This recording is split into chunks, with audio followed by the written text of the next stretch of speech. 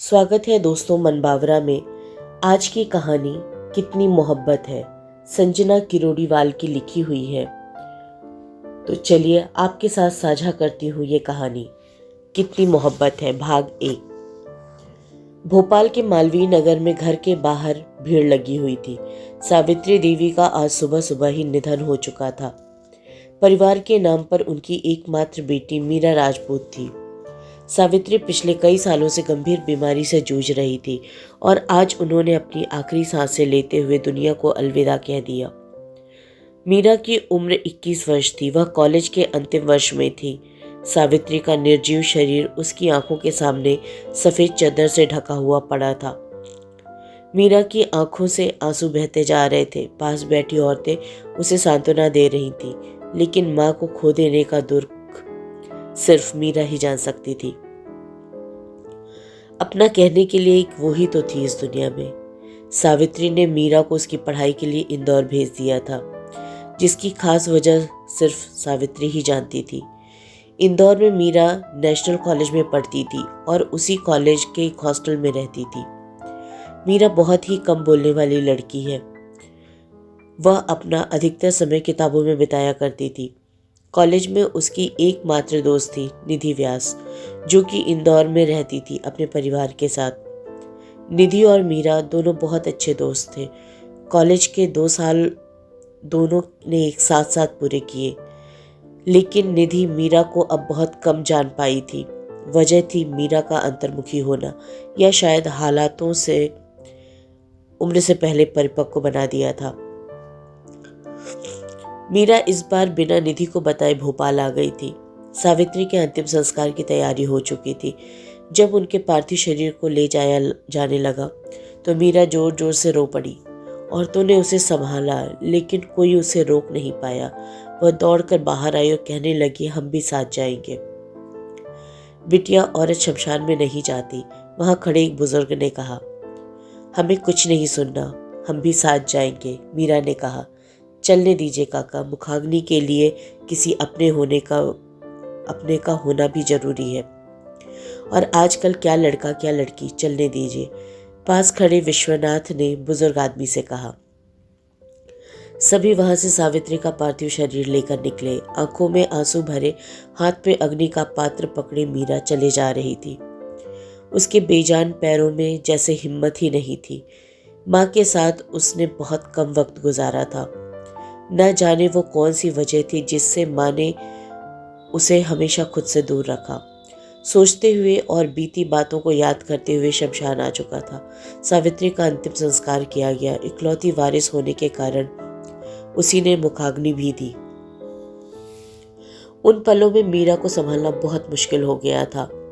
वहां मौजूद सभी की पलकें नम हो गईं। 1 महीने बाद मीरा इंदौर आई। उसने कपड़े बदले और अपनी बुक्स उठाए कॉलेज आ गई। कॉलेज आकर उसने प्रिंसिपल से बात की और उन्हें अपनी माँ के देहांत के बारे में बताया। चूंकि मीरा कॉलेज की सबसे होनहार स्टूडेंट थी, इसलिए प्रिंसिपल ने उसके 1 महीने की लीव को मान लिया। मीरा प्रिंसिपल का शुक्रिया अदा करके बाहर आ गई। क्लास शुरू होने में अभी वक्त था, इसलिए वह आकर बेंच पर बैठ गई और उदास आंखों से जमीन की ओर निहारने लगी। तभी एक जानी पहचानी आवाज उसके कानों में पड़ी। ओ मैडम जी, कहाँ थी इतने दिन? न फोन न मैसेज, आखिर क्या चल रहा है तुम्हारे दिमाग में? मीरा आवाज की दिशा में पलटी और सामने निधि खड़ी थी। मीरा ने कोई जवाब नहीं दिया तो निधि उसके पास बैठ गई और प्यार से कहा, क्या हुआ मीरा, सब ठीक तो है ना? निधि की बात सुनकर मीरा की आंखें डबडबा गईं और उसने नीचे जमीन की ओर देखते हुए कहा, माँ नहीं रही निधि। क्या? ये कब हुआ और तुमने मुझे बताया क्यों नहीं? निधि ने चौंकते हुए कहा। क्या बताती निधि, मैं खुद भी नहीं जानती थी कि माँ किस दर्द से गुजर रही है। मैं कुछ जान ना पाऊं, इसलिए उन्होंने हमेशा मुझे खुद से दूर रखा और देखो वो हमेशा हमेशा के लिए मुझसे दूर चली गई। कहते कहते मीरा की आंखों में आंसू भर गए। निधि ने मीरा का हाथ अपने हाथ में लिया और उसकी आंखों में देखते हुए कहा, तुम अकेली नहीं हो मीरा, मैं हूं तुम्हारे साथ। दोबारा ऐसी बात मत कहना। मीरा ने निधि के गले लगा लिया। निधि उसे हिम्मत बंधाती रही। क्लास का वक्त हुआ तो दोनों उठकर क्लास की ओर चली गई। मीरा को अपना ख्याल रखने का बोलकर निधि घर चली गई, लेकिन आज उसका मन बहुत उदास था। वह बस मीरा के बारे में ही सोचती रही। अगली सुबह हॉस्टल वार्डन ने मीरा से कमरा खाली करने को कहा। पिछले 1 महीने से उसने कमरे का किराया नहीं आया था। मीरा ने कुछ दिन की परमिशन मांगी, लेकिन वार्डन ने साफ शब्दों में उसे कमरा खाली करने को कह दिया। किसी ने उसकी मदद नहीं की। मीरा ने अपना सामान समेटा और बैग में जमाने लगी। उसके पास जो पैसे थे वो माँ के अंतिम संस्कार और उसके बाद के कामों में खर्च हो गए थे। अनजान शहर में आखिर मदद भी ले तो किसकी। मीरा बहुत ही स्वाभिमानी लड़की थी और इसलिए उसने अपनी ये परेशानी निधि को नहीं बताई। भोपाल वापस जाने के अलावा मीरा के पास अब कोई रास्ता नहीं था। अपने बैग लेकर वह हॉस्टल से निकल गई। निधि जब कॉलेज आई तो क्लास में मीरा को न देख उसने अपने साथ बैठी रागिनी से पूछा कि उसे हॉस्टल में रहती थी। रागिनी, मीरा कहाँ है? वो कॉलेज क्यों नहीं आई? अरे तुझे पता नहीं क्या? आज वार्डन मैडम ने उसे हॉस्टल से निकाल दिया, रागिनी ने फुसफुसाते हुए कहा। व्हाट? पर क्यों? निधि ने हैरानी से कहा। क्योंकि उसने हॉस्टल के रूम का किराया नहीं दिया था। अब मुझे डिस्टर्ब मत करो, पढ़ने दो, रागिनी ने कहा और बुक्स में नजरें गड़ा ली।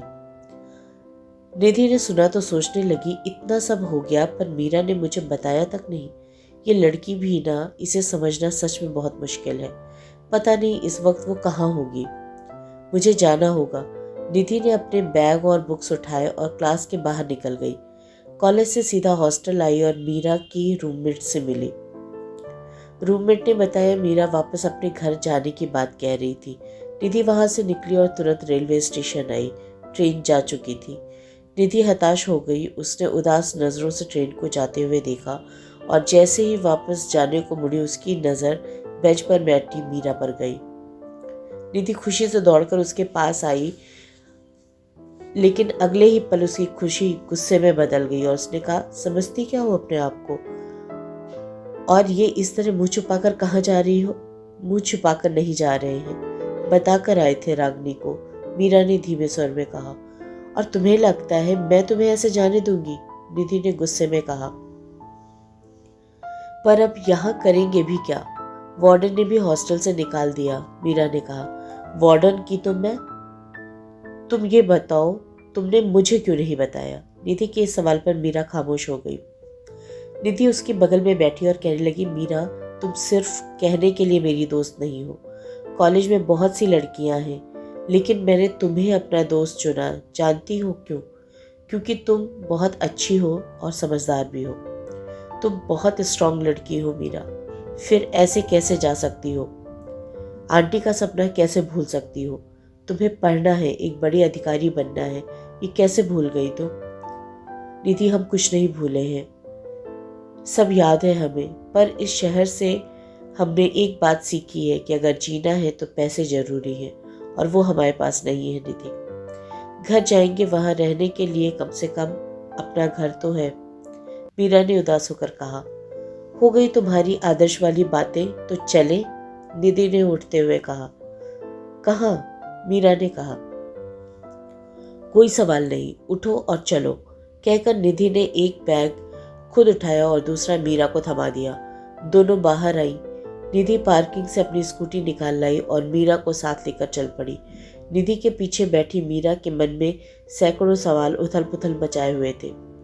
मीरा जब भी इस शहर से जाने के बारे में सोचती, ये शहर उसे वापस अपनी ओर खींच लेता। सवाल बहुत थे, लेकिन जवाब नहीं। निधि उसे कहाँ ले जा रही थी, इस बात का उसे कोई अंदाजा नहीं था। स्कूटी सड़क पर दौड़ते हुए निधि ने अचानक ब्रेक लगाए और गाड़ी को यू टर्न घुमाया। क्या हुआ? इधर कहाँ जा रही हो? पीछे बैठी मीरा ने सवाल किया। हॉस्टल, निधि ने कहा। लेकिन क्यों? मीरा ने कहा। तो चल तो बताती हूँ, कहकर निधि ने स्पीड बढ़ाई और कुछ वक्त बाद दोनों हॉस्टल के सामने थी। निधि ने स्कूटी साइड में लगाई। उसने मीरा का हाथ पकड़ा और उसे लेकर अंदर चली आई। वार्डन सामने ही खड़ी मिल गई। निधि उसके सामने आई। उसने अपनी जेब से कुछ रुपए निकाले और वार्डन के हाथ में थमाते हुए कहा, ये रखो अपने पैसे और आज के बाद किसी लड़की को इस तरह से हॉस्टल से मत निकालना।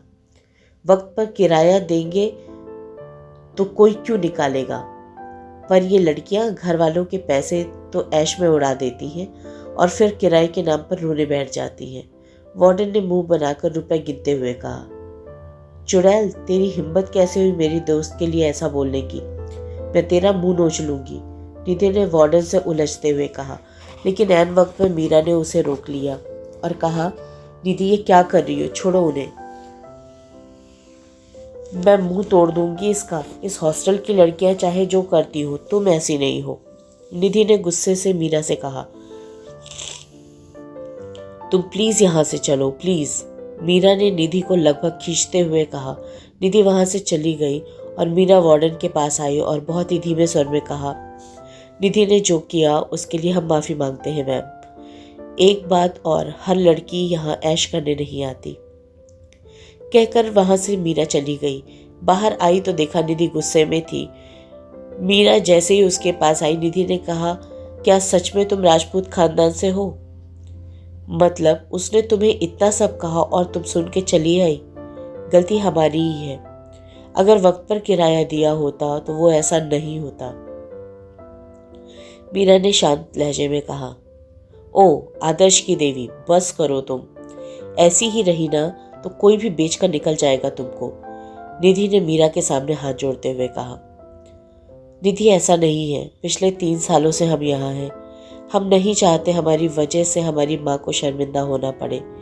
जो सरनेम हमें मिला है उसकी इज्जत बरकरार रखना भी जरूरी है, मीरा ने कहा। ऐसे रखोगी इज्जत बरकरार? कोई कुछ कहे चुपचाप सुनो, हो सके तो माफी भी खुद ही मांगो, निधि ने कहा। तुम्हें समझा नहीं पाएंगे, मीरा ने बैग्स उठाते हुए कहा। ये अच्छा है तुम्हारा, खैर छोड़ो, आओ बैठो, चलते हैं, देर हो रही है, निधि ने स्कूटी स्टार्ट करते हुए कहा। अब कहाँ चलना है, मीरा ने कहा। निधि मुस्कुराई और कहा, वहां जहां सब तुम्हारे अपने हैं। मीरा जैसे ही आकर बैठी, निधि की स्कूटी आगे बढ़ा दी। दोनों शिवाजी नगर आई। इंदौर आने के बाद मीरा ने पहली बार इस शहर को देखा था। साफ सुथरी सड़कें, बड़े ऊंचे ऊंचे घर, वह सब अपलक देखे जा रही थी। निधि स्पीड में स्कूटी दौड़ाए जा रही थी। निधि व्यास अपने परिवार में सबकी लाडली। मीरा से उसकी जान पहचान कॉलेज में हुई थी और मीरा का शांत व्यवहार उसे पहली नजर में ही भाग गया था, लेकिन खुद बिल्कुल शांत नहीं थी। वह हमेशा हंसती खिलखिलाती रहती थी। लाडली थी, इसलिए उसे किसी बात के लिए मना भी नहीं किया जाता था, कुछ कहा भी नहीं जाता था। मीरा को लेकर निधि एक बड़े से घर के सामने रुकी। उसने स्कूटी साइड लगाई और मीरा को लेकर अंदर आई। मीरा की नज़र घर के दरवाजे पर लगे नेम प्लेट पर पड़ी, व्यास हाउस। मीरा अपना बैग संभाले अंदर आ गई। अंदर आते ही निधि चिल्लाई, मम्मा, पापा, दादू, दादी, भैया, सब आ जाइए। निधि की आवाज़ सुनते ही सब बाहर आए। निधि के साथ एक अनजान लड़की को देख सबके मन में क्वेश्चन मार्क था, जो कि निधि ने अगले ही पल हटा दिया और कहा, दादू ये मेरी दोस्त है मीरा। और फिर मीरा की ओर पलटकर कहा, मीरा ये मेरे दादू श्रीनाथ व्यास जी, और वो मेरी दादी माँ सुरेखा जी व्यास। नमस्ते, मीरा ने दोनों को हाथ जोड़कर कहा। ये मेरे पापा हैं विजय व्यास और मेरी मम्मा राधा व्यास, निधि मैं अपने माँ पापा की ओर इशारा करके कहा। मीरा ने उन्हें भी नमस्ते किया तो दोनों जवाब में मुस्कुरा उठे। निधि अपने भाई के पास आई और कहा, उसके हाथ में हाथ डालकर, ये है मेरे बड़े भैया अर्जुन। हेलो, अर्जुन ने मुस्कुराकर कहा तो मीरा ने भी जवाब में नमस्ते कहा। सबसे परिचय करवाने के बाद निधि वापस मीरा के पास आई और कहा, यह है मेरी स्वीट सी फैमिली। उसे कुछ याद आया तो उसने इधर उधर देखते हुए कहा, अक्षत भैया कहाँ है? अक्षत बाहर गया हुआ है, राधा ने मीरा के सामने आकर कहा। उन्होंने बड़े गौर से मीरा को देखा। बड़ी बड़ी काजल से सनी आंखें, सुर गुलाबी होंठ, सुराही सी पतली गर्दन, गोरा रंग, लंबे घने बाल जिन्हें सलीके से गूंथा हुआ था और उनमें छन कर आती एक बालों की लट जो बार बार मीरा के गाल को चूम रही थी। राधा को अपनी ओर देखता पाकर मीरा ने कहा, आप हमें ऐसे क्यों देख रही हैं? राधा अपनी चेतना से लौटी और अपनी उंगली से आँख के किनारे से काजल निकाला और मीरा के कान के पीछे लगाकर कहा, बड़ी प्यारी हो, किसी की नजर न लगे। मीरा मुस्कुरा दी। घर में आने के बाद शायद पहली बार मुस्कुराई वो। राधा ने उसका हाथ पकड़ा और सबके बीच ले आई। सभी हॉल में रखे सोफों पर बैठ गए। निधि ने एक सांस में सारी बात कह डाली और फिर दादू के सामने आकर मासूमियत से कहा, मैंने ठीक किया ना दादाजी? हाँ बेटा जी, बिल्कुल सही किया। ऐसे वक्त में दोस्त ही दोस्त के काम आता है। दादू ने प्यार से निधि के गाल को छूकर कहा। तो फिर मीरा यहाँ रह सकती है ना? निधि ने कहा। जब तक वो चाहे वो यहाँ रह सकती है, दादू ने कहा। फिर मीरा की ओर देखकर कहा, मीरा जी? मीरा ने धीरे से कहा। दादू मुस्कुराए और कहा, इसे अपना ही घर समझो। किसी भी चीज की जरूरत हो तो बेझिझक मांग लेना। जी शुक्रिया, मीरा ने हाथ जोड़कर कहा। पापा मैं चलता हूँ, ऑफिस में मीटिंग है, अर्जुन ने उठते हुए कहा। हाँ ठीक है, और पिताजी आते हैं बाद में, विजय ने कहा। अर्जुन ने अपना फोन और बैग टेबल से उठाया और सबको बाय कहकर जाने लगा कि उसकी नजर मीरा पर गई तो उसने कहा, बाय मीरा। बाय मीरा ने धीरे से कहा। चलो बेटा, पहले तुम दोनों कुछ खा लो, राधा ने कहा। दोनों को अपने साथ डाइनिंग टेबल की ओर ले गई। निधि और मीरा वहां आकर बैठ गई। राधा ने दोनों के लिए खाना परोसा। दादी माँ उठकर बाहर टहलने निकल गई। सर्दियों का वक्त था और इस मौसम में बस धूप ही सहारा होती है। दादी माँ बाहर बगीचे में आकर धूप सेकने में लगी हुई थी। विजय और श्रीनाथ जी की भी कुछ देर बाद बाहर निकल आए। निधि ने खाना शुरू किया, लेकिन मीरा खामोश बैठी रही। उसे खामोश देखकर राधा ने प्यार से कहा, क्या हुआ बेटा, खाओ ना। हाँ, मीरा ने भरे हुए गले से कहा। राधा ने उसके कंधे पर हाथ रखते हुए कहा, तुम्हारा दर्द मैं बांट तो नहीं सकती, लेकिन उसे कम जरूर कर सकती हूँ। ये सब लोग तुम्हारे साथ हैं बेटा। मीरा ने नम आंखों से राधा की ओर देखा और राधा ने प्यार से उसके चेहरे को अपने हाथों में लेकर कहा, इतनी प्यारी बच्ची उदास बिल्कुल अच्छी नहीं लगती। अब खाना खाओ, ठंडा हो रहा है। तब तक मैं तुम्हारे रहने का बंदोबस्त कर देती हूँ। राधा वहां से चली गई। मीरा को सब बहुत अच्छे लगे, पर सबसे ज्यादा अच्छी राधा लगी। उसमें वह अपनी माँ की छवि को देख पा रही थी। खाना खाने के बाद निधि उसे अपना घर दिखने लगी। घर काफी खूबसूरती से बनाया हुआ था। नीचे एक तरफ दादा दादी का कमरा था, उससे लगकर पूजा घर, जहाँ बड़ी सी शिव पार्वती जी की मूर्ति थी। मंदिर से लगकर ही रसोई घर था, जिसके सामने डाइनिंग बना हुआ था। विजय और राधा का कमरा सीढ़ियों के बिल्कुल पास से लगकर था।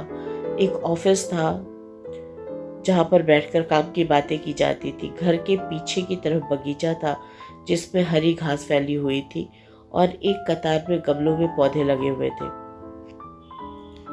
ये सब दिखाकर निधि मीरा को ऊपर ले आई, जहाँ 3 कमरे और एक बड़ा सा हॉल बना हुआ था, जहाँ 2 कमरे साथ थे और तीसरा इनसे बिल्कुल अलग, सामने हॉल से मिलाकर बनाया हुआ था।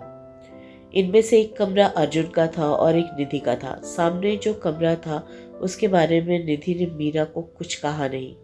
मीरा ने भी नहीं पूछा। निधि जैसे ही दरवाजा खोलकर अपने कमरे में आई, एक तेज बदबू से दोनों ने अपनी नाक बंद कर लिया। निधि ने दरवाजा बंद कर दिया और मम्मा को आवाज लगाई। राधा ऊपर आई और कहा, सॉरी बेटा, वो आज सुबह गलती से तुम्हारे कमरे में क्लीनर की बोतल टूट गई। मैंने साफ करने को कहा है, रघु ने कर दिया होगा। लेकिन तब तक हम लोग कहाँ जाएं? मीरा को फ्रेश भी होना है, हालत देखो इसकी, निधि ने कहा। एक काम करो ना, तब तक नीचे वाला रूम, मेरा रूम इस्तेमाल कर लो, राधा ने कहा। रहने दीजिए, मैं अर्जुन भैया का कमरा यूज कर लूंगी, निधि ने कहा। ठीक है, कहकर राधा चली गई। दोनों अर्जुन के कमरे में आई। मीरा ने देखा कमरा बिल्कुल साफ सुथरा और व्यवस्थित था। एक एक चीज सलीके से रखी हुई थी।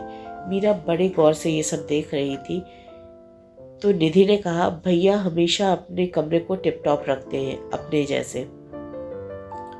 मीरा मुस्कुरा दी तो निधि ने कहा, अच्छा तुम नहा लो, तब तक मैं नीचे से तुम्हारा सामान ले आती हूँ। मीरा नहाने बाथरूम में चली गई और निधि नीचे। मीरा नहाकर बाहर आई तो उसे टेबल पर रखे अपने कपड़े मिल गए। मीरा ने कपड़े पहने और गीले बालों को सुखाने कमरे से बाहर आ गई, लेकिन हॉल की बालकनी के अलावा धूप और कहीं नहीं थी। मीरा गीले बालों को तौलिए से लपेटकर हॉल की बालकनी के पास आई और बाल सुखाने लगी। तभी उसकी नज़र हॉल से जुड़े उस कमरे के दरवाजे पर गई जिस पर बड़े बड़े अक्षरों में लिखा था अक्षर व्यास, कॉम्प्लिकेटेड बॉय। ऐसी नेम प्लेट कौन रखता है, कहते हुए मीरा वहां से चली गई। तो दोस्तों, कैसी लगी ये कहानी? अभी इसका दूसरा पार्ट शेष है, वो मैं आपके साथ अगली कड़ी में लेकर आऊँगी। तब तक यहाँ पे आप ज़रूर बताएं कि आपको मेरी ये कहानी कैसी लगी।